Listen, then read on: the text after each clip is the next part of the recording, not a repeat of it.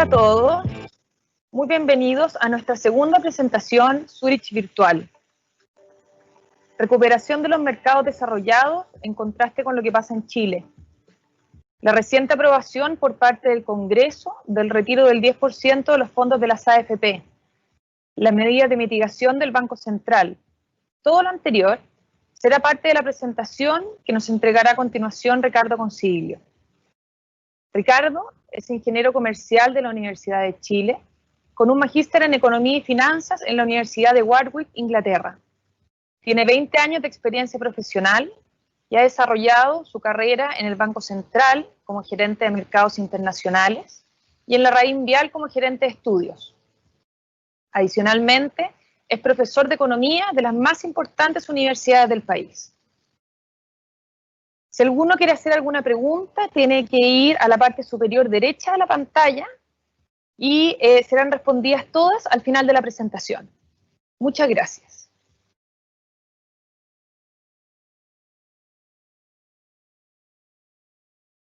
Muchas gracias, Cata, por la presentación. Muy buenas tardes a todos los participantes de este segundo Zurich Virtual.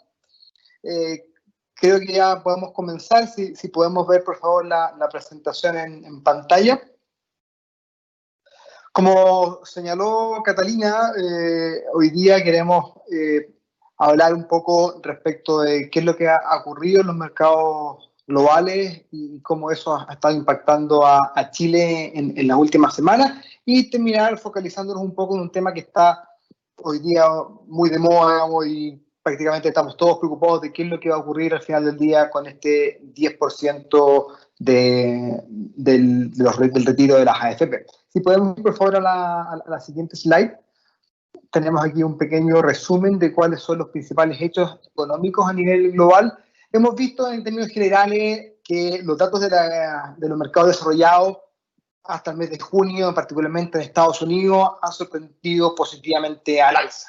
No obstante, todavía no podemos dar cuenta de que efectivamente no vamos a tener inconvenientes en los meses que vienen. Si bien es cierto, todo está augurando que la recuperación de las economías desarrolladas va a ser efectivamente en forma de V.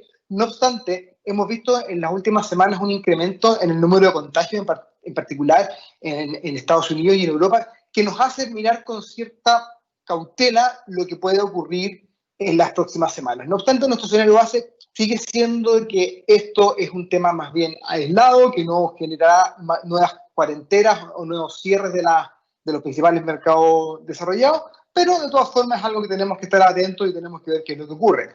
En ese mismo contexto, China, que fue la primera nación que comenzó con los temas del coronavirus, que ya nos sorprendió con un primer trimestre que fue muy débil, tuvo en el segundo trimestre datos de crecimiento que sorprendieron al alza al mercado. Esto contrasta un poco con lo que estamos viendo en nuestra economía. La actividad en Chile se mantiene deprimida, con ventas del retail que siguen cayendo, producción industrial negativa, manufacturas a la baja, un desempleo que ha continuado aumentando, pero todavía falta ver qué es lo que ocurre una vez que se levanten las cuarentenas, que eso ya ha comenzado a ocurrir en esta semana en particular, con lo que ocurre en la región metropolitana. Vamos a ver cómo esto evoluciona, y podríamos quizás ya para la última parte del año empezar a ver cifras mejores en la economía chilena. Y en este ambiente económico complejo hemos tenido fuertes estímulos fiscales por parte del gobierno, y también estamos viviendo hoy día la aprobación de la reforma que permite el retiro del 10% de los fondos de pensiones, que algo más en detalle vamos a comentar dentro de la presentación. Y asimismo, el Banco Central ya indicó nuevamente que mantendrá su tasa de política monetaria en 0,5% por el periodo de al menos 2 años, y se comprometió a implementar nuevas medidas no convencionales, ya sea o bien para apoyar la economía, así como también para poder suavizar el impacto que puede tener una venta de los fondos de las AFP en el mercado local. Si vamos a la siguiente slide, podemos ver cuáles han sido los principales desarrollos en los mercados. Esta liquidez a nivel global ha generado que los principales mercados sigan al alza. Hemos visto cómo las bolsas, tanto mercados desarrollados como mercados emergentes, han seguido subiendo en el mes de julio. Así también la renta fija corporativa ha tenido un muy buen performance en estas últimas semanas.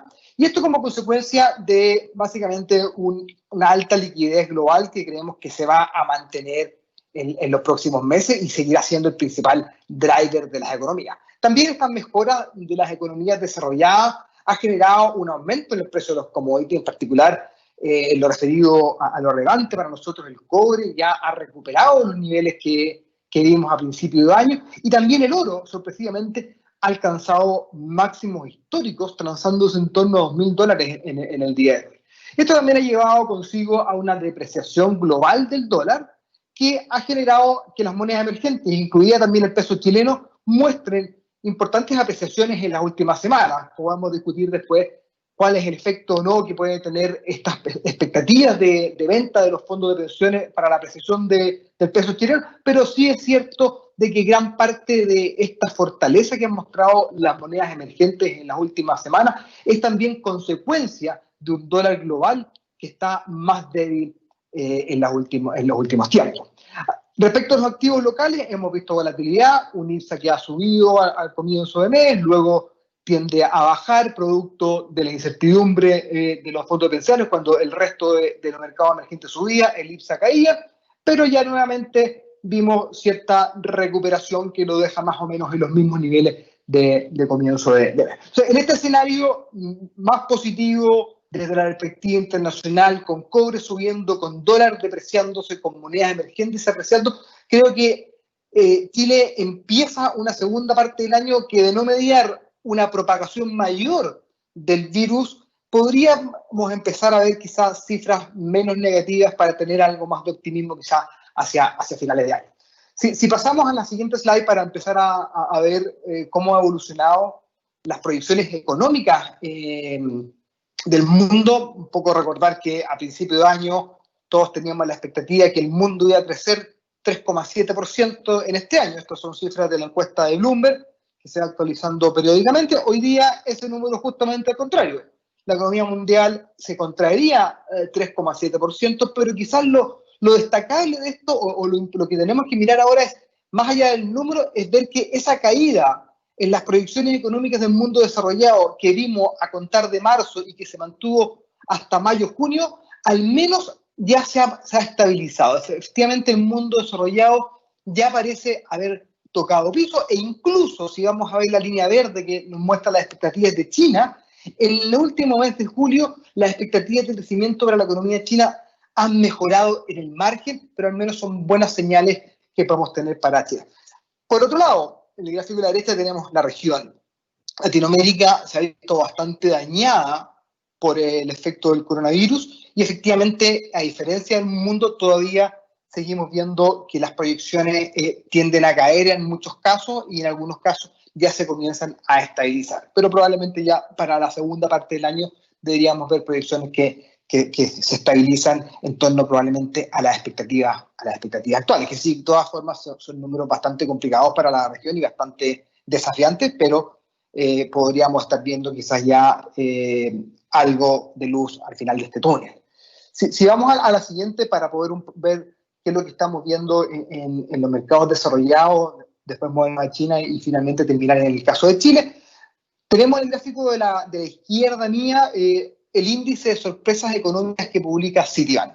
Podemos ver la línea azul, es las sorpresas económicas que tiene Estados Unidos. Un número sobre cero quiere decir que los números efectivos han estado por sobre las expectativas de mercado. Y vemos cómo esta línea azul oscura, en el caso de Estados Unidos, ha tenido un fuerte salto a contar del mes de junio, lo que quiere decir que la economía ha sorprendido significativamente al alza al mercado, es decir, hemos tenido cifras económicas muy por sobre lo que el mercado estaba esperando. Eso también ocurre en Europa, la línea roja también vemos, no con la misma magnitud que en Estados Unidos, pero sí vemos cifras positivas, y a diferencia en Latinoamérica, que es la línea gris, vemos como este indicador está más bien en cero, o sea, tenemos un mix de noticias buenas con noticias malas que básicamente se compensan.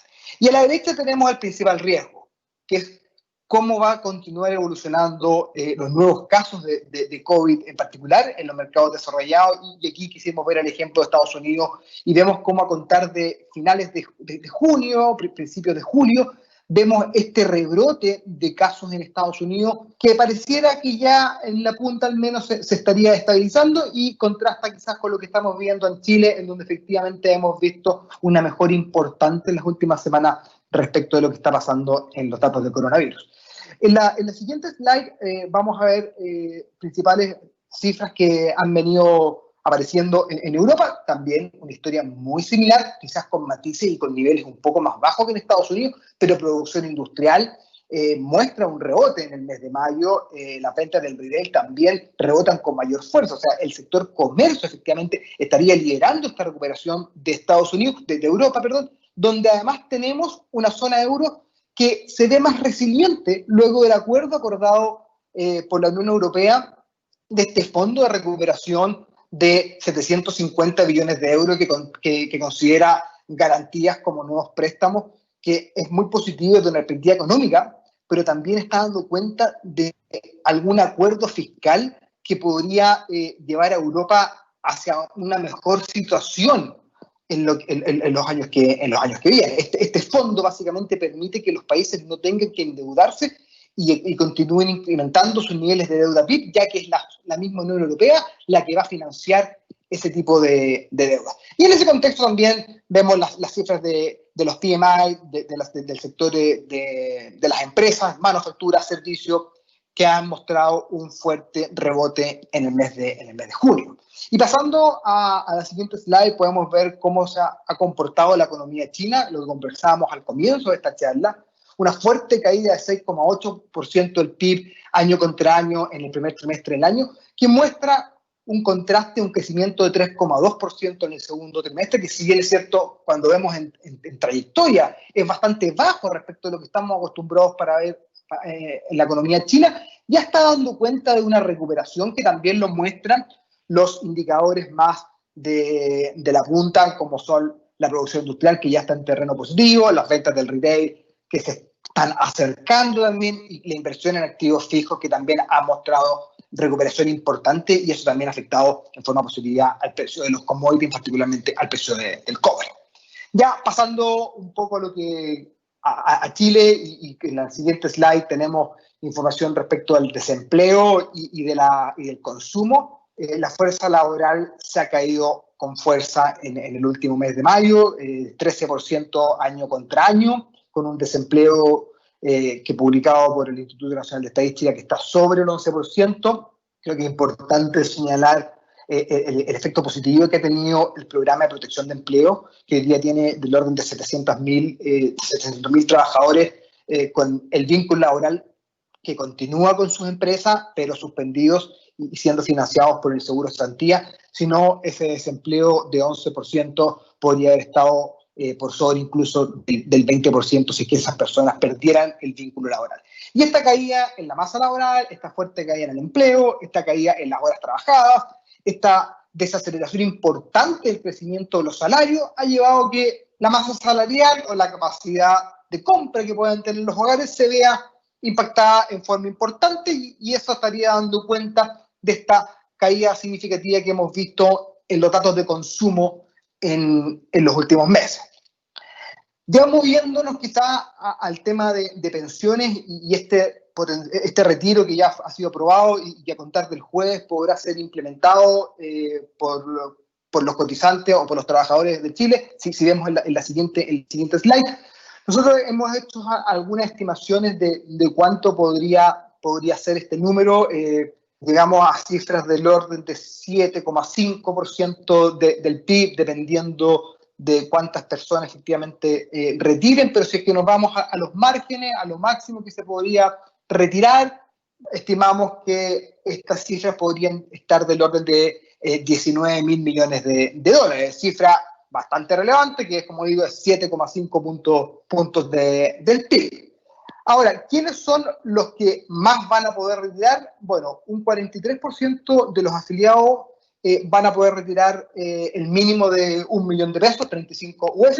27% de los afiliados van a retirar prácticamente todos sus ahorros en las cuentas de pensión. O sea, eso genera quizás una presión para el futuro respecto de qué es lo que puede ocurrir con el sistema y en particular cuál es el costo fiscal que esto va a tener, producto de que en el mediano a largo plazo, esas personas probablemente le están poniendo mayor presión al pilar básico solidario y va a obligar al Estado a financiar más parte de esta con recursos públicos. ¿Cómo está hoy día invertido nuestro sistema de pensiones? Hoy día los fondos de pensiones manejan del orden de 200.000 millones de dólares y tenemos que cerca de un 40%, algo más de un 40% hoy día está invertido en deuda local, un porcentaje menor en acciones locales del orden de un 6%, y el resto se invierte en los mercados internacionales. En la siguiente lámina podemos ver la composición por tramo etario de cuánto van a retirar de los fondos de pensiones. Digamos que la mayor cantidad vendría en términos de las personas hasta los 40 años, que principalmente esas personas están invertidas en los fondos A y B, a los fondos más riesgosos en base a su tramo etario. En segundo lugar, serían las personas entre 40 y 50 años que están principalmente invertidas en el fondo C, y el resto vamos viendo ya que se van moviendo básicamente hacia los fondos de menor riesgo, al fondo D y el fondo E. Si vemos en general cuál sería el fondo que probablemente se vería más impactado por esta salida de los recursos, tenemos que es el fondo C el que vería la mayor cantidad de salidas en este escenario. Entonces, considerando la cantidad de recursos que están invertidas, considerando los distintos tramos de edad y los distintos fondos, creemos que esta salida, si bien es fuerte, es significativa, no debería generar mucho estrés en los mercados financieros. Hoy día las AFPs tienen recursos como para poder vender del orden, o sea, en forma importante, activos que estén invertidos en los mercados internacionales y no generar de esa manera un estrés mayor hacia los activos locales, y también tienen dentro de sus carteras componentes importantes de depósitos a plazo y de bonos bancarios. ¿Por qué creo que eso es algo que es muy relevante a tomar en cuenta al momento de que ellos hagan efectivamente la liquidación de las inversiones? Es porque hoy día el Banco Central mantiene, si vemos en la página siguiente, un programa de compra de activos. Y dentro de ese programa de compra de activos, uno de los activos que hoy día el Banco Central puede comprar son bonos bancarios. Hay un primer programa de bonos bancarios que lo anunció la autoridad monetaria al comienzo de esta crisis, de la cual todavía puede comprar o le quedan disponibles del orden de 4.500 millones de dólares en este programa de compras. Y también está este nuevo programa de compras que fue anunciado hace más o menos un mes atrás, en donde el Central dijo que iba a comprar 8.000 millones de dólares, en donde ha comprado del orden de 2.000 millones de dólares entre deuda bancaria y deuda emitida por el mismo Banco Central. Entonces, tenemos que, efectivamente, hoy día el Banco Central tiene la capacidad de, sin tener que hacer muchas cosas distintas a los que ya está haciendo, de poder apoyar a este retiro de fondos y comprar bonos bancarios. Hoy día el programa, entre comillas, no autoriza la compra de depósitos a plazo, pero los depósitos a plazo son instrumentos que, al ser emitidos por bancos, la ley orgánica constitucional autorizaría al Banco Central a poder comprar esos instrumentos, por lo que también esos instrumentos podrían ser vendidos por la AFP en esta salida. Entonces, solo para resumir, en este punto creo que están las condiciones, están los mecanismos hoy día vigentes para que la desinversión por parte de las AFP sea en una forma razonable, sin impactar los mercados. Tienen un monto importante de activos internacionales que pueden vender, tienen deuda bancaria que pueden vender. Hoy día la cartera total de las AFP considera del orden de 32.000 millones de dólares en bonos bancarios, que podrían, si ellos liquidan el 10% de eso, perfectamente suavizar en forma importante, y el 10% de esos bonos bancarios pueden ser perfectamente en un escenario de estrés adquiridos por parte del Banco Central. El Banco Central, recordemos, no necesariamente tiene que comprarlos, pero si es que ve que las tasas efectivamente se distorsionan, si ve que hay anomalías, o si es que hay mayor volatilidad, o si ve que hay algún riesgo en la estabilidad financiera, obviamente va a salir en forma importante a comprar esos papeles. Si recordamos un poco lo que ocurrió la semana pasada, en donde vimos importantes incrementos en las tasas de los papeles, en particular los papeles soberanos, que también generó, por lo tanto, aumento en las tasas del resto de la renta fija. En la licitación, la última licitación de compra de bonos bancarios, el Banco Central ofrecía comprar $300 millones. La oferta para venta fue más de 7 veces ese monto, y eso llevó a la que la autoridad monetaria para esta semana, en la licitación que hizo el día de ayer, ofreciera comprar hasta $4.300 millones. El mercado no se vio tan complicado, y el Central el día de ayer compró $450 millones. Por lo tanto, hay los espacios. Y si es que esto no es suficiente, también anunciaron de que están estudiando la posibilidad de hacer operaciones de compra y venta simultáneas, de manera de poder adquirir con una venta incluida de las AFP estos instrumentos, de manera de suavizar el paso del estado invertido hacia el estado líquido, para que las AFP puedan hacer la entrega de los recursos a sus afiliados.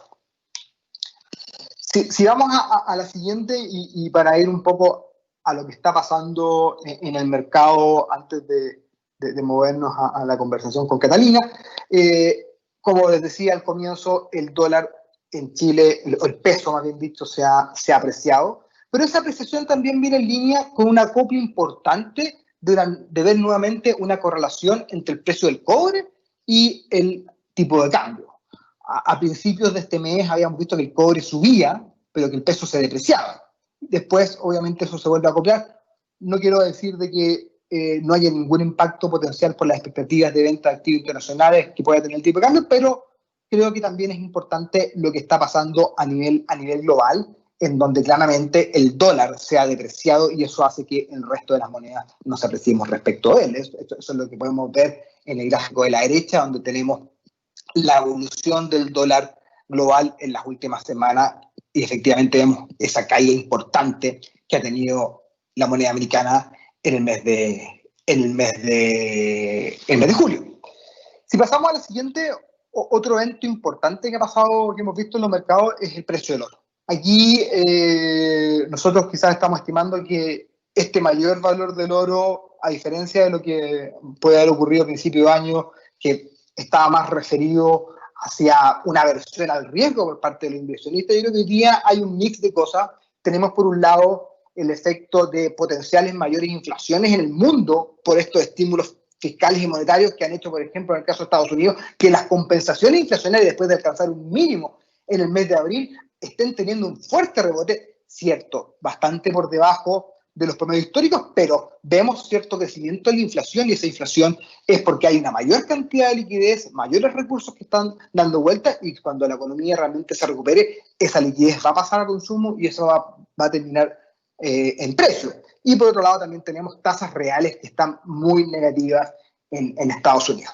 También otra razón que uno podría estar viendo, otra explicación para este incremento del precio del oro, es el riesgo de este mayor contagio, y que la gente esté más preocupada a nivel mundial de que más contagio nuevamente recaigamos en problemas económicos. Pero creo que, como conversamos al comienzo, eso lo veo más acotado. No es algo que no tengamos que mirar, pero es un riesgo que todavía no se materializa. Y en cuanto a la bolsa en Chile, esta se volvió a acoplar en la página siguiente, se vuelve a acoplar nuevamente a los mercados mundiales. Veíamos que luego del anuncio de la aprobación a principios de julio, la primera instancia en la Cámara de Diputados, la bolsa empieza a tener una fuerte caída, pero eso, en la medida que fueron pasando los días, luego de que se aprueba finalmente la reforma, recupera gran parte de la pérdida y se alinea un poco con lo que estaba ocurriendo en el resto del mundo. Y si vemos en la página siguiente cómo se han comportado las tasas de interés en Chile, vemos cómo, viéndolo desde inicio de año, tanto las tasas en pesos como las tasas en UF han tenido una fuerte caída, un empinamiento importante en la curva, principalmente como consecuencia de la fuerte baja de la tasa política monetaria del Banco Central, pero si vemos la línea azul, amarilla y la gris que muestran un poco la evolución que estas tasas han tenido en el mes de julio, vemos cómo suben en forma importante desde el 7 de julio hasta el 20 de julio. Recordemos que el 8 de julio es el día que se aprueba en la Cámara de Diputados, en la primera instancia de la reforma constitucional, y ya en la medida, después del 24, alcanzando su nivel máximo el 20 de julio, y después empiezan ya justamente a retroceder. Quizá el mercado empieza ya a darse cuenta o empieza a notar de que hay otros mecanismos, de que la venta va a ser principalmente en activos internacionales, que hay una fuerte cantidad de depósitos que las AFP pueden liquidar, que hay bonos bancarios que también pueden vender y que además hay un banco central que está siendo muy activo en el mercado como para poder apoyar a que esto sea lo más suave posible. Eso Ricardo, es lo que... Cuéntanos, Catalina. Perdona, te quiero hacer una pregunta. ¿Cuál crees tú que va a ser el impacto sobre el consumo de este retiro del 10%, sobre el consumo y sobre el ahorro? Sí, efectivamente, si es que nosotros consideramos que el monto máximo a retirar puede llegar hasta los 19.000 millones, es un escenario bastante extremo, porque acuérdate, Cata, que lo que está pensando esos 19.000 millones de dólares es que todo el mundo retira.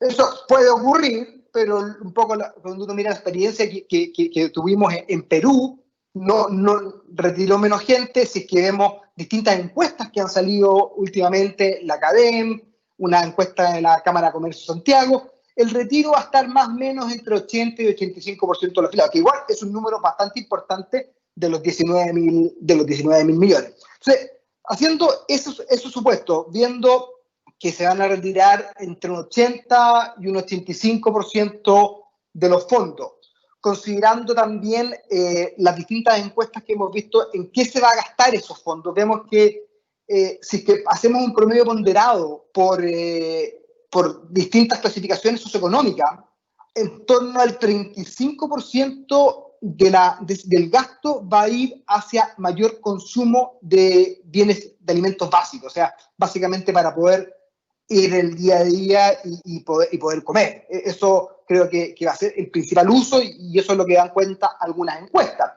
Una parte importante va a ser también destinada a pago de servicios. Probablemente muchas familias están con colegios atrasados, con cuentas de servicios atrasados, y esos van a ser también cubiertos con este 10%.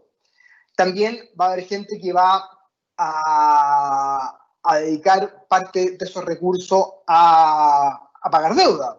Hay créditos, hay bancos que han pospuesto créditos, hay créditos hipotecarios que están atrasados, cuentas de crédito de consumo, y probablemente también las familias van a utilizar esto en forma importante. Y en términos de cuánto esto podría generar ahorro, creo que en torno entre probablemente un 18% de los recursos podrían ir destinados a mayor ahorro. Entonces tenemos un 35, entre un 30 y un 35, entre un 33 y un 37% a mayor consumo, alrededor de en torno al 20%, 18% a mayor ahorro. Si hacemos ese ejercicio y vemos cómo eso impacta o podría impactar el crecimiento económico en los próximos meses, nos da un análisis preliminar, todavía es muy difícil poder decir cuál va a ser el efecto final, de que el impacto en PIB podría ser entre 2 y 2.5 puntos del PIB, por el mayor consumo que esta medida podría generar en los hogares. ¿Por qué creo que es difícil? Porque normalmente lo que ocurre es que en periodos complicados la gente los recursos los ahorra y los guarda. O sea, a lo mejor muchas de las familias que van a recibir ese 10% no se lo van a gastar todo hoy día, y parte de este consumo efectivamente va a ocurrir, pero no necesariamente va a ocurrir hoy día. O Entonces podemos ver un consumo que se va a suavizar un poco más en el tiempo. Esa es una razón por la cual estimamos que es difícil poder ver el impacto completo hoy, pero sí creemos que, si considerando los números, entre 2.5 puntos del PIB nos parecen razonables, considerando que se retira en torno a 80% de los ahorros potencialmente que se pueden retirar, y que de ese 80%, en torno a un 35% es destinado a consumo básico o consumo de bienes, básicamente, principalmente bienes no durables. Y el resto se va para pagar deudas, cuentas atrasadas, servicios, colegios, y para invertir, ya sea en inversiones financieras, como también hay alguna persona en la encuesta incluso dice que utilizarían parte de estos recursos para algún emprendimiento y para el desarrollo de alguna pequeña y mediana empresa familiar. Ahora, otro tema relevante a considerar es que este efecto también se puede diluir por el incremento de la cuarentena. Ahora ya estamos empezando a ver que efectivamente estamos empezando el paso 2 en algunas comunes de la región metropolitana, pero también, si es que nos extendemos mucho tiempo entre paso 1 y paso 2, eso quizás podría también repercutir en un menor crecimiento. Por lo tanto, la suma de eso, hoy día no estoy tan convencido de que uno podría decir que efectivamente, como decir con certeza, que esto va a tener una mejora en 2.5 puntos del PIB. Sí, el efecto del consumo, como un todo, con los supuestos que te comentaba, ese es el número que me está dando al menos para el día de hoy. Que de todas formas es bastante bueno, independiente de que no se traspase en un 100%, va a generar un shock en el tercer trimestre importante en el consumo de los hogares. Perfecto, clarísimo, muchas gracias. Tengo otra pregunta en relación a Estados Unidos y las próximas elecciones. ¿Cómo ves tú, qué efectos tendría sobre los mercados un eventual triunfo de Biden? Mira, hoy día prácticamente, no todas, pero la gran parte de las encuestas están dando vencedor a Biden. De hecho, cuando uno ve la desaprobación que tiene el gobierno de Trump, hoy día tiene un 55% de desaprobación, incluso llegando en algunas encuestas a un 61%. Respecto a la elección en particular, hay un 51% de los votos hacia Biden, 42% hacia Trump, lo que da por los colegios electorales que probablemente Biden estaría ganando en 346 colegios electorales, necesita ganar 270. Entonces, en términos de probabilidades, hoy día la probabilidad está que Biden podría ganar con mayor certeza la elección de Estados Unidos. Todos sabemos cómo se han equivocado las encuestas en Estados Unidos, en particular en la última elección, y también en el caso del Brexit, pero eso es la información que tenemos. ¿Qué puede pasar? Creo que Biden va a tener quizás una mejor relación con el resto de los países. En particular, va a fortalecer los temas migratorios también con México, pero de una perspectiva más diplomática. Va a estar actuando por los canales correctos, por decirlo de una forma, no a través de mensajes o cambios inesperados, como quizás lo vemos en el caso de Trump. Se va a continuar preocupando, lo mostrado anteriormente, respecto del control de droga y de la seguridad. Eso va a seguir siendo. Va a haber un enfoque multilateral en sus acuerdos de comercio, no el enfoque bilateral que hoy día tiene el gobierno de Trump.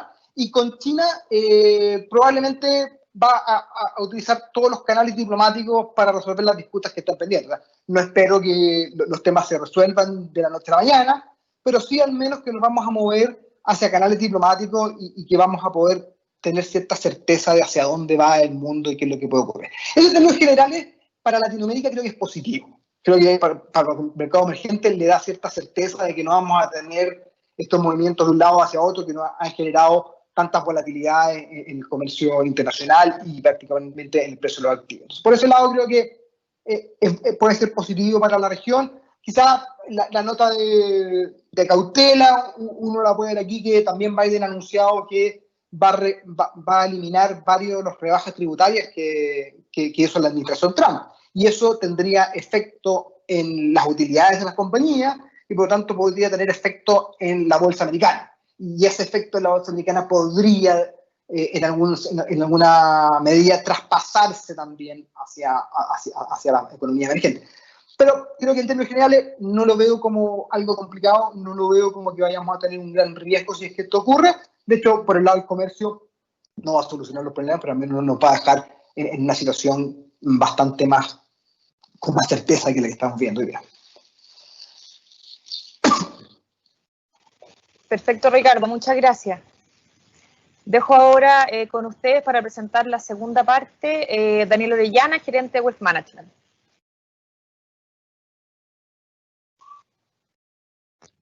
Hola, buenas tardes. Bienvenidos, como señaló Cata. Gracias, Ricardo, por la exposición. Vamos a dejar para el final de este webinar del día de hoy algunas consultas que también llegaron por el chat. Pero la segunda parte del seminario de esta charla, vamos a ver, digamos, una exposición un poquito más aterrizada a lo que hace el mundo Zurich, cómo enfrentamos nosotros de cara a nuestros clientes y tomamos lo que está ocurriendo a nivel mundial con todo lo que nos relató Ricardo, para de cara a nuestros clientes, asesorarlo de la mejor manera. ¿Cómo lo estamos haciendo? ¿Qué es lo que hemos hecho en el último tiempo? Hemos sido premiados en varios premios, digamos, reconocimientos de la industria financiera con nuestros productos. Entonces, sin más, los voy a dejar con José Luis Larte. José Luis es gerente de productos balanceados de nuestra jefe y le va a detallar en parte, digamos, los productos que nosotros, nuestra estrategia de cara a nuestras inversiones que estamos movilizando hoy día, y también, digamos, algo del proceso de inversión, cómo lo hemos logrado para ser reconocido dentro de la industria de la administradora de fondos. Sin más, te dejo, José Luis. Hola, gracias, Daniel. Buenas tardes. Bueno, la idea, como mencionó Daniel, es todo lo que conversó Ricardo, nos informó que está pasando en los mercados. Queríamos mostrarles cómo todo eso, lo que habló, se transforma en estrategias de inversión a través de nuestros fondos mutuos o de inversión. Por favor, la presentación.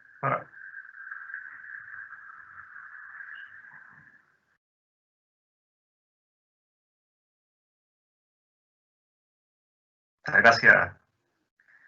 Si pasamos directo a la segunda diapositiva.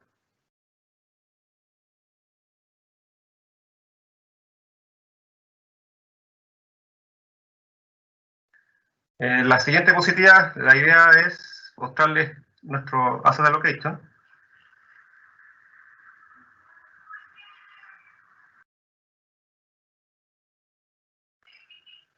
Ahí todavía nos parece un tema técnico. Bueno, la idea que quería mostrarles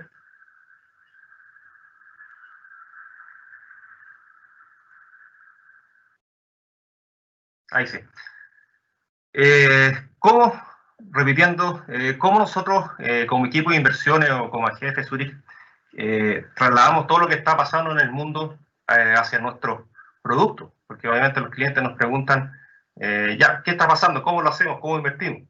Nosotros como equipo tenemos el Asset Allocation, que es basada en la estrategia que nosotros hemos logrado al juntar toda la información que se maneja y evaluando obviamente cada instrumento para aplicar esa idea o esas decisiones de inversión que queremos llevar a cabo.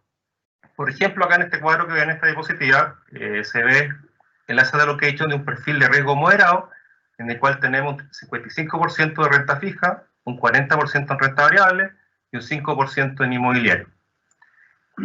Pero ¿cómo nosotros o cómo los clientes pueden llevar eso a la práctica? En la siguiente diapositiva podemos ver, abriendo un poco más el perfil de riesgo moderado, vemos, ya sale la apertura, nos muestra que para este tipo de riesgo tenemos un 30% renta variable extranjera, un 27,5% en renta fija extranjera, y lo local, 27,5% mismo tipo activo, y un 10% en renta variable junto a un 5% en inmobiliario.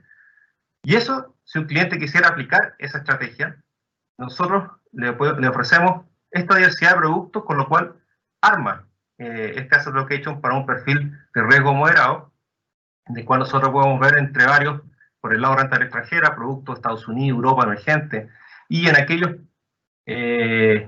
fondos o sectores que nosotros tengamos, por ejemplo, Japón, también se le ofrece la posibilidad de que el cliente pueda armar su cartera a través de un ETF, por ejemplo. Pero yo creo, y por muchos comentarios que hemos recibido, a veces es un poco complejo poder armar una cartera con tantos fondos y obviamente a esta cartera hay que hacerle seguimiento. Quizá el cliente o el mismo ejecutivo no tiene el tiempo para estar moviendo cada una de las posiciones. Entonces nosotros, para facilitar esto, hemos creado nuevos productos que veremos en la siguiente diapositiva. ¿Cómo se simplifica? Por ejemplo, el borrego conservador, que tiene 75% en renta fija, un 20% en renta variable, un 5% en inmobiliario. Nosotros tenemos un producto adecuado para esto que se llama, por favor, un clic más, el Fondo Mutuo Zurich Perfil Conservador. En él están todos los fondos que nosotros vamos construyendo para este tipo de riesgo. Es un fondo que invierte en nuestros propios fondos, armando la misma cartera que vimos anteriormente, obviamente con los porcentajes que corresponden de acuerdo a la estrategia. Y en la idea de tener los perfiles, como les dije, era simplificar toda la inversión y dejar en nuestras manos las decisiones de cuánto poner o tener o invertir de renta fija, renta variable, local, extranjero. Por ejemplo, y para el siguiente, el perfil riesgo moderado, si me da un clic, que ya vimos, tenemos un fondo mutuo Zurich perfil moderado, y para lo que es agresivo, tenemos también un fondo adecuado para este nivel de riesgo. A veces nos preguntan, entonces ustedes hay un doble cobro, por ejemplo, de remuneración de un fondo, dado que invertimos los propios fondos. No, porque hay una serie creada que cobra un punto base anual, un 0,01% IVA incluido, para que si el cliente no esté pagando 2 veces una remuneración. Entonces, la forma más directa, simple, de poder invertir en la estrategia de inversión que nosotros estamos viendo como equipo que los clientes debieran seguir. Ahora, Luis, sí. Luis, para de cara a los clientes, digamos, estamos hablando de los perfiles. Estos, en rigor, son los comparables con el mundo de las AFP, ¿no es cierto? Hoy día tan vilipendiada, digamos, como sistema, pero nosotros podemos comparar, ¿no es cierto? Si estamos hablando de un perfil agresivo, podríamos compararnos con un fondo A, un fondo B de las AFP, y así sucesivamente, el moderado con el C, ¿sí, no es cierto? Para que le quede claro al cliente, digamos, que... ¿cierto? Sí. Entonces, ¿cuál sería la diferencia? ¿Cuál es la ventaja que tendríamos nosotros en nuestros perfiles respecto a lo que hace el mundo de la AFP? A ver, uno, primero obviamente la agilidad de movimiento. Estos fondos se mueven, en general, las construimos en base al promedio de los últimos 20 años de la exposición a la AFP. Pero en estricto rigor, podríamos decir que el perfil moderado es como el fondo C, efectivamente, pero el perfil conservador y el agresivo diríamos que en estilo el fondo D y B.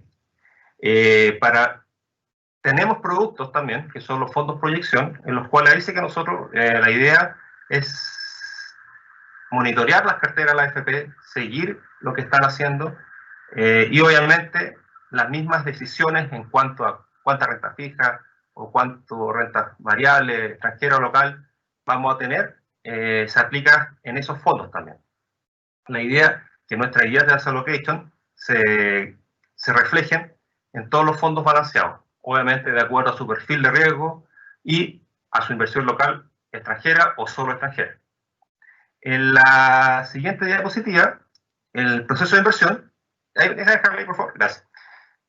Obviamente el asset allocation no nace porque las personas de estrategia que conformamos el comité, está Ricardo presente en ese comité también, que nos ayuda, nos da toda la información de mercado, macroeconómica, valorizaciones y varios ítems. No se le ocurre a él solo decir, ya, yo quiero esto, lo otro no. La idea, obviamente, es siempre trabajar en equipo. Nosotros en la administradora de fondos tenemos 3 áreas de inversiones, más la cuarta que donde está Ricardo, que es un economista jefe. Nosotros, hay un proceso de atrás que implica mucho análisis, tanto a nivel de sectores, países, valorizaciones. También está el equipo de los portfolio managers y los heads de cada área, y todo eso se conjuga para tener finalmente un asset allocation, porque obviamente nosotros podemos decir, ¿sabes que me gusta Latinoamérica? Ya, pero ¿Latinoamérica qué? Brasil, México. Entonces llega el especialista del área de Latinoamérica, nos dice, no, sabes que México tiene mejor posición, o viceversa, Brasil. Entonces yo estaría con una posición más potente en Brasil que en México, por ejemplo. En el caso de Estados Unidos, por ejemplo, en un fondo balanceado que tiene Estados Unidos, no solamente tiene Estados Unidos o comparar el índice, por ejemplo, sino también se hace un análisis por sectores. Entonces llega la lista de Estados Unidos y dice, ¿sabes que el sector tecnología está teniendo un buen performance o las ganancias proyectadas son bastante atractivas, dado todo el tema de la pandemia que estamos viviendo, por ejemplo?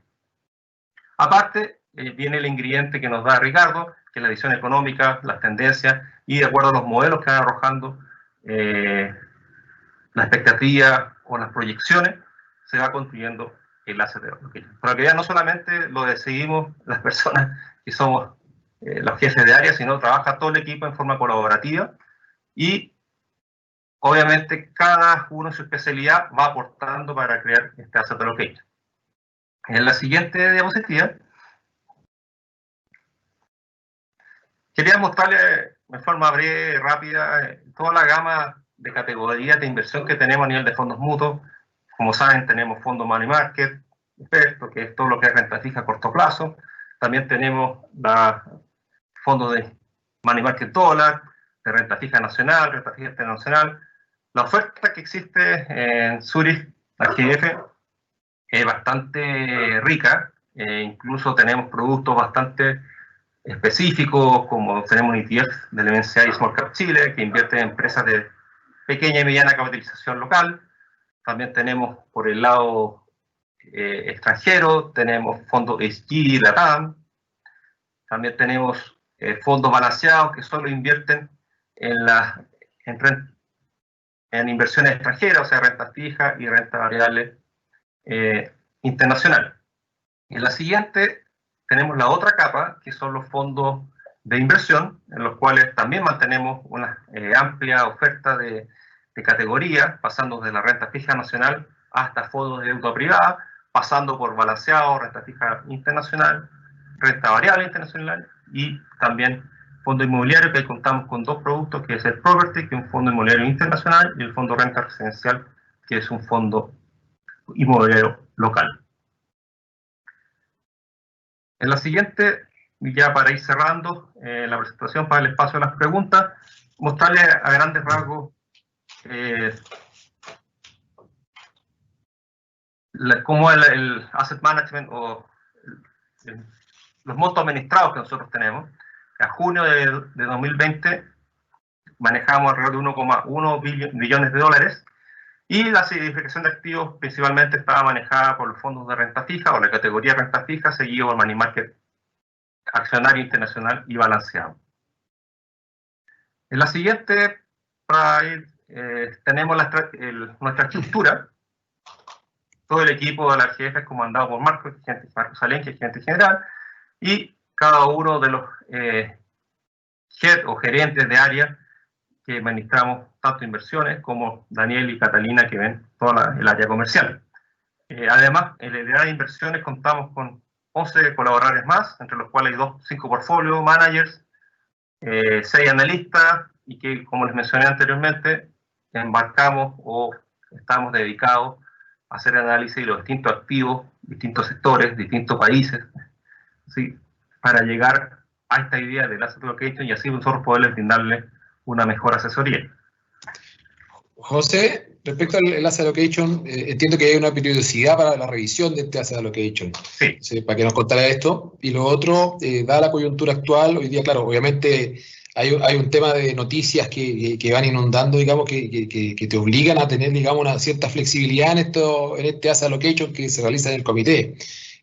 ¿Cómo lo toman ustedes? ¿Lo toman de manera de realmente esperan mayor fundamental, digamos, que mueva a este cambio un asset allocation? O digamos, es un asset allocation que es más estático, es más, digamos, de largo plazo, que no se va a mover con fenómenos puntuales? Como primera pregunta. Y segundo, dado que hoy día el mundo, sobre todo en el mercado local, los inversionistas, lo fundamental y nuestros grandes referentes son el movimiento que tienen los multifondos. Y en ese sentido, digamos, ¿cómo nos ha ido en el comparativo? O sea, sería interesante poder, digamos, que tú nos dieras una pequeña view, digamos, qué ventajas tú ves respecto a lo que hace el mundo de las AFP con sus multifondos, respecto a lo que hacemos nosotros, y cómo nos ha ido en la historia para que vamos a decir, oye, sí, lo hemos hecho bien, digamos, el modelo de asset allocation ha permitido, digamos, se ha validado cuando tú haces un comparativo con el multifondo. Esas preguntitas para que nos aclares. De la primera pregunta, con respecto al la visión de largo plazo o de corto plazo. Si bien el asset allocation son decisiones de inversión a largo plazo, no podemos dejar de lado el monitoreo constante. O sea, tenemos que estar siempre atentos, sobre todo en estos periodos de volatilidad, y que el mundo obviamente no es el mismo que hace 5 o 7 años. O sea, las dinámicas que tienen los mercados son muy rápidas, cambiantes, por lo cual en cada el comité mensual tenemos una idea base de estrategia, pero hay siempre la revisión de los supuestos que nos llevaron a tener esa decisión en base a la información que nos va llegando hora por hora, porque es tan dinámico todo ahora. Y eso, o sea, la respuesta es como sí, las dos, en el fondo.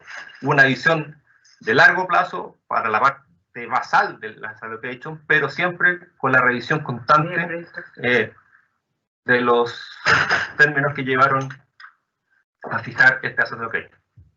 Y con respecto a la pregunta de los multifondos, o sea, obviamente tener una como competencia, entre comillas, la AFP en cuanto a seguir o como un benchmark es complicado, pero hemos logrado en algunos de nuestros fondos balanceados seguir o ser competitivos con respecto a la AFP. Por lo mismo, el desempeño de algunos de los fondos, sobre todo por los fondos más agresivos, hemos tenido... Les podíamos sacar ciertas ventajas, obviamente hay años buenos, años malos, pero en el largo plazo los fondos han tenido mejor desempeño que los multifondos. ¿Cómo se explica eso? Obviamente por unas buenas decisiones que hemos tenido en cuanto a las allocation, que nos ha llevado a tener buenos retornos. También la flexibilidad que tenemos en cuanto a poder movernos más rápido, obviamente por escala, con respecto a la AFP. Si queremos salir, por ejemplo, de una posición local, obviamente nosotros lo vamos a hacer más rápido que lo que tiene una AFP. Obviamente cualquier fondo mutuo tiene un tamaño menor al que tiene un fondo de pensiones. Así que... Y lo otro ventaja también para los clientes es la información. También, obviamente, como fondo mutuo, un cliente que está dentro de cada uno de los fondos nos puede pedir las posiciones de los clientes de la cartera con 2 días máximo de retraso. O sea, en ese sentido, el cliente puede estar bien informado. Otra consulta, José, el tema del impacto del 10% de la AFP, sin duda que va a repercutir en el mercado local en general, digamos, la parte de renta variable y renta fija. En distintas, podemos discutir la magnitud, como señalaba Ricardo, pero hoy día en ese escenario, no sé si tú lo tienes más ubicado, ¿qué fondo debiese ser, digamos, de mayor protección en este tema de los perfiles o la proyección? ¿Dónde tú estarías más alocado? ¿Dónde tú dirías que debiésemos tener un impacto menor en este escenario en el cual pensemos que rescata como decía Ricardo, el 85% de los que tienen la posibilidad que rescaten y genere, digamos, un cierto impacto? Pongámonos en ese escenario, no pensando que el central absorbe todo, sino que hay un impacto real. O que ya se reflejó en los precios, porque a veces tú sabes que el mercado reacciona antes y como todavía obviamente hay una especulación o una expectativa, más que especulación, una expectativa que esto traería una caída de los precios, vimos las bolsas cayendo, pero todavía no se ha hecho efectivo, tenemos que esperar eso. Ante ese escenario, recomendaríamos que las personas o los clientes estén en aquellos fondos con un poco más de exposición al exterior. Es decir, un perfil agresivo o un prediccional. Quizás, obviamente, acá hay que nivelar los riesgos, perfiles de riesgo. O sea, un cliente que obviamente no tiene la tolerancia al riesgo, difícil a lo mejor es recomendarle algo tan agresivo. Pero siempre manteniendo eso en vista de la inversión en el extranjero. Por lo mismo, nosotros, y dado dentro del marco de acción que tenemos por cada perfil de riesgo, hemos aumentado la exposición en el mercado extranjero. Si bien ahora la bolsa ha mostrado buenos resultados, nosotros igual hemos aprovechado quizás de bajar algo la exposición al mercado local. Pero en general, obviamente todavía queda mucha, como dice agua bajo el puente que correr. Creemos que cierta parte del impacto de esta aprobación del 10% ya se reflejó en los precios de los activos, pero todavía ahora falta cuando se haga efectivo el tema. Así deberíamos esperar. Por lo mismo, la señal de cautela es estar un poco más expuesto a inversiones extranjeras. Perfecto. Oye, y tú me estabas contando, digamos, el desempeño que no ha permitido destacar, digamos, dentro de la industria, algunos premios. Tú nos querías presentar ahí unos... Sí, quería mostrarle una forma, como cuesta eso uno venderse al equipo o a la misma gente. Sí. Pero bueno, los últimos premios que se obtuvo fueron 3 premios, que fueron premios Morningstar. Morningstar es una empresa que ve muchos fondos alrededor mundial. Es una empresa que analiza fondos, hace ranking de fondos y obviamente hay rankings locales. Y en ese sentido, los últimos premios fueron 3, especialmente 2 en renta variable, uno local, que es el dividendo local, el Small Cap Latam, que pertenece a la categoría de Latinoamérica, y el deuda corporativa, que es un fondo que pertenece a la categoría de renta fija a largo plazo. Perfecto. En general, Gracias, José. Acá por uno quería hacer una consulta a Ricardo respecto del tema de endeudamiento. Nos puede señalar, hoy día el mundo ha tenido políticas sumamente expansivas. A lo mejor seguramente tú tienes en mente el porcentaje respecto de PIB, de cuánta plata se está quemando en el mundo, llamémoslo de esa manera, en realidad plata que se está yendo, digamos, a reactivar economía. En Chile hemos hecho algo similar, ¿no es cierto?, ha costado, pero si tienes en mente, digamos, los porcentajes respecto a PIB que han tirado, digamos, la grande economía, el mercado desarrollado, que ya, como tú mostrabas en la gráfica, que tenemos ya un punto ya más de inflexión, quizás, y que a partir del próximo año podríamos empezar a ver cierta recuperación a nivel mundial. El gasto respecto a PIB que hicieron esos países, nosotros estamos muy lejos, estamos más o menos nivelados, hemos gastado mucho más plata, o nos falta mucho todavía. En ese sentido, señalar que, si bien es cierto, existe una recesión, obviamente en el mercado local estamos muy frenados, pero sí es que el fisco todavía tiene argumentos y formas de poder empujar el carro económico. Y hemos visto el Banco Central que le va a poner el pecho a las balas por el tema del 10%, pero consultarte, Ricardo, si es que el fisco tiene todavía más armas de las que ha tratado de utilizar en muchos casos, pero si tiene más para poder, digamos, empujar esta reactivación económica, y si lo comparamos con el mundo desarrollado, ¿en qué nivel estamos respecto a porcentajes de gasto respecto a PIB? Sí, mira, en términos generales, hoy día, si consideramos el primer paquete, el segundo paquete, más el IFE 1.0 y 2.0, digamos, tenemos que el fisco ha inyectado tiene un paquete fiscal del orden de 19.000 millones de dólares.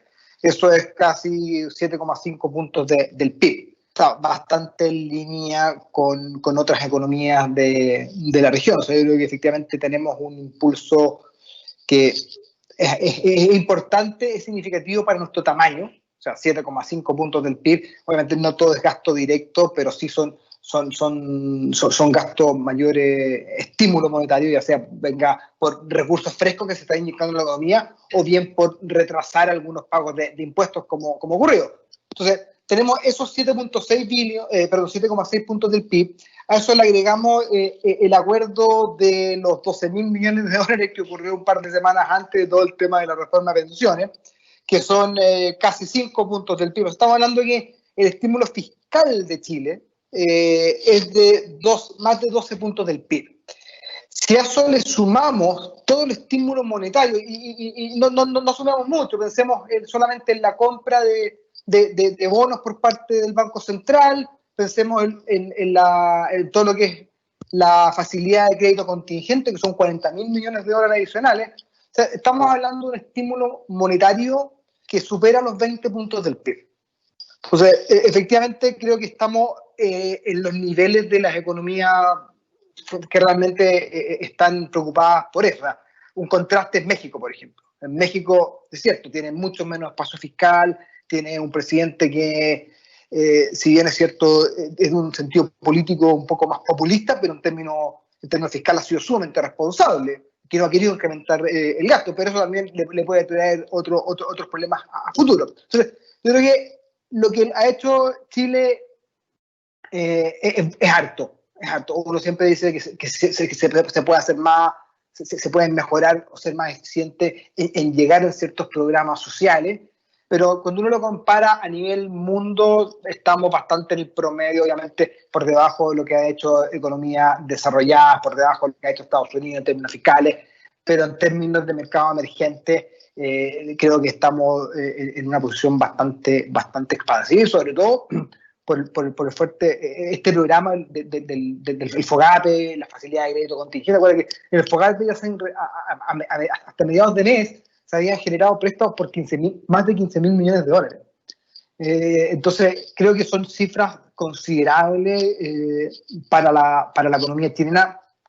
Obviamente, uno siempre esperaría que esto fuera lo más eficiente y que pudiésemos salir lo más rápido, pero creo que la situación de Chile nos permitía darnos, comillas, esta licencia hoy día de gastar más. Es harto más, vamos a terminar con un déficit fiscal sobre 10 puntos del PIB seguramente este año. Algo a lo mejor se va a poder compensar por el efecto quizás de la menor caída que podamos tener, pero va a ser un déficit que no habíamos visto por muchos años, digamos. Y eso es una tónica a nivel mundial. O sea, la deuda PIB en general en el mundo va a crecer más de 10 puntos. Vamos a ver un mundo en general más endeudado. Ya se está hablando hoy día también en Estados Unidos de incrementar el paquete fiscal. O sea, los republicanos quieren un nuevo paquete fiscal de $1 trillón, los demócratas de más de $3 trillones, porque en el fondo se le están acabando ya las balas del primer paquete, se están acabando los beneficios de las transferencias directas y bueno, y el desempleo sigue estando muy alto, por lo tanto, probablemente también vamos a ver algo más de estímulo. ¿Qué es lo que vamos a terminar? En el fondo, los países que sean capaces de generar más eficiente y poder dar la vuelta, no completo, pero sí dejar este fuerte estímulo fiscal y ser capaces de crecer en el medio plazo, van a ser los países ganadores y van a ser los países en que efectivamente los mercados van a tener mejor rentabilidad. Eso creo que es algo que vamos a tener que estar viendo con lupa para ver dónde van a estar las oportunidades en los próximos años, y creo que gran parte de la oportunidad, como decía, va a venir por la capacidad de las economías de contener este gasto fiscal y que este gasto que hoy día es transitorio efectivamente no se transforme en permanente. Si se transforma en permanente, vamos a tener una deuda que va a crecer en forma sin límite y la deuda se va a volver no sostenible, digamos, que es uno de los riesgos que tenemos nosotros también en Chile. O sea, por ahora tenemos los recursos, tenemos deuda PIB dando al 2019, digamos, 28 puntos del PIB, baja, si es que uno la mira en comparación con los mercados emergentes, pero rápidamente nos pusimos al día. O sea, la deuda PIB va a superar los 40 puntos del PIB de aquí a un año más. Entonces, ahí ya las balas que teníamos se van viendo reducidas, pero todavía Chile es un país que tiene institucionalidad, que tiene acceso a los mercados financieros internacionales, por lo tanto yo creo que eso no está en riesgo. A lo mejor vamos a perder un notch de clasificación de riesgo, pero de nuevo, eso ya está en los precios. Eso está en los precios, y lo importante que va a venir ahora es cómo como país somos capaces de reconstituir y empezar a mirar adelante, y ya quizás no hablar si es que sacamos o no sacamos el 10%, si es que hacemos o no hacemos esta reforma. Bueno, ya tenemos esto, tenemos programas fiscales por 19 mil millones de dólares que van a aumentar. Esos 19 mil millones de dólares no consideran el programa que se está discutiendo hoy día en el Congreso para el bono a los 500 mil pesos para quienes han visto reducido su salario, ni tampoco los créditos subsidiados a tasa real de cero. Eso no está en eso no. O sea, va a haber más, y esos son como 2 mil millones de dólares más o menos adicionales. Están los 12 mil millones de dólares que de ahí va a tener que salir esos recursos. Creo que todavía tenemos ciertos pasos, no es infinito, obviamente en la medida que la recuperación o que las cuarentenas se mantengan más tiempo, se retrase más la recuperación y el virus siga propagándose, obviamente cada día que pasa es un día que por un lado uno dice estamos más cerca del fin, pero también es un día que decimos, cuidado, que nuestra situación fiscal está menos buena que lo que estaba el día anterior. Entonces, todavía tenemos ese espacio. Si nos miramos en la región, todavía estamos muy por sobre el resto de la región, pero eso no hay que ser autocomplaciente y quedarse en eso. O sea, lo importante es cómo la economía y cómo no solamente la parte del Excel, como dice, sino que la parte política económica se mueve hacia un país que realmente se va a recuperar. Y cómo podemos dejar de lado esos conflictos que hoy día tenemos, de manera de que cuando salgamos de este problema no nos enfrasquemos en otra discusión que nos puede llevar a un punto quizás sin retorno. ¿Hay que acercarnos? Sí, hay que acercarnos. Yo creo que nadie tiene duda de eso, pero yo creo que lo importante es mirar hacia el futuro y mirar con temas propositivos de, bueno, ¿cómo hacemos que este país sea un mejor país de aquí a los próximos 10 años. Y creo que nos va a ir bien en ese sentido. Y en ese contexto creo que la economía chilena puede tener un buen futuro. Pero estamos, creo, en un punto de inflexión en donde nos podemos, si nos caemos al otro lado, la mesa nos puede quedar media coja, y si la mesa nos queda media coja, ya sabemos lo que le ha pasado a algunos vecinos cuando cogían, digamos. Yo creo que hoy día el foco, obviamente, es solucionar esto, pero mirar también al futuro. ¿Cómo vamos de la recuperación? Ricardo, ¿el riesgo de esta inflación no la ves? Economía que no crece, con un fenómeno inflacionario en ciernes. Hoy día tenemos paquetes de ayuda que son agresivos, como señalas tú. ¿No ves riesgo de inflación en una economía que hoy día está frenada igual?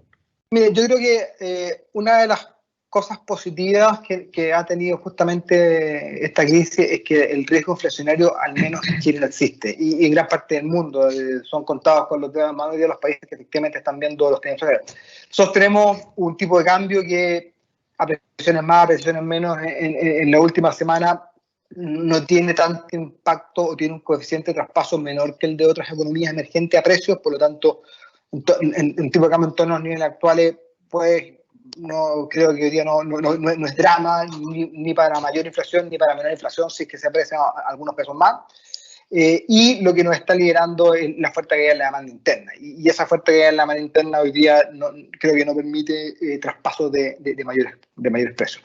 Hoy día no veo que tenga un riesgo. Yo creo que el riesgo hoy día es que quizá la economía se demore más en recuperar, y que la meta del 3% del Banco Central se demore más tiempo en llegar a ella que irnos a inflaciones más altas con crecimiento más bajo.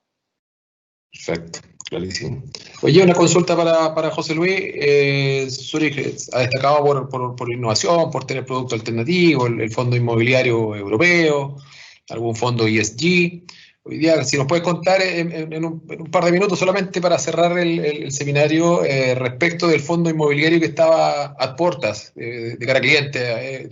Aprovechemos la tribuna para que nos cuentes, José, digamos, en qué está ese producto que parece ser atractivo a pesar de la coyuntura actual. Sí, gracias, Daniel. La idea de este fondo es en renta residencial.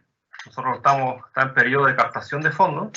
La idea de nosotros ya empezar con el próximo edificio, tenerlo ya en adquisición a mediados de agosto, para empezar a arrendarlo y generar ingresos, obviamente, por ese lado. Nos han preguntado cómo han estado las vacancias, cómo han estado los pagos. La verdad, que obviamente el escenario no es lo mismo que lo que habíamos visto hace 6 meses, 7 meses atrás. Pero todavía sigue siendo una alternativa de inversión atractiva por el hecho que ayuda a diversificar las inversiones. Siempre un activo inmobiliario dentro de un portfolio permite descorrelacionar los riesgos, por decirlo de alguna forma, dentro de un portfolio. Si bien podemos ver un impacto en lo que se ha visto en la noticia, gente que están apagados su arriendo, todo, empezar desde cero en un fondo igual es bueno, porque vamos a poder ajustar los precios a los precios de mercado. Quizás nos demoremos un poquito más en llenar el edificio, pero en general, como decía Ricardo, estamos en una coyuntura que esperamos que sea de corto plazo, por lo cual no deberíamos en el largo plazo estos fondos que se compran o se invierten para 8 o 10 años. Entonces, en todo ese periodo nosotros deberíamos recuperar la economía y por lo mismo reflejarse en los buenos rendimientos de este tipo de fondos. La rentabilidad proyectada, si nos puedes contar, José. Sí, con un escenario bien conservador, pensando en un llenado, como se le dice en temas inmobiliarios a los edificios, bien conservadores. Con un escenario de estrés estamos pensando en un UF más 4% anual. Obviamente entre 8 y 10 años de inversión. Eso es lo que estamos como objetivo. Perfecto, estimados, no sé cómo se llamarán, o sea, virtual oyentes, le agradecemos la asistencia a este segundo webinar de Zurich Virtual. Estaremos en contacto con ustedes, nuestro equipo comercial disponible siempre a las consultas que le quieren hacer a los panelistas del día de hoy, y nos estaremos comunicando en el futuro para otro evento de esta manera virtual. Muchas gracias y que tengan buenas tardes. Chao. Chao, Gracias muchas a gracias a todos. todos. Gracias. Gracias acá, Daniel. Chao. Chao.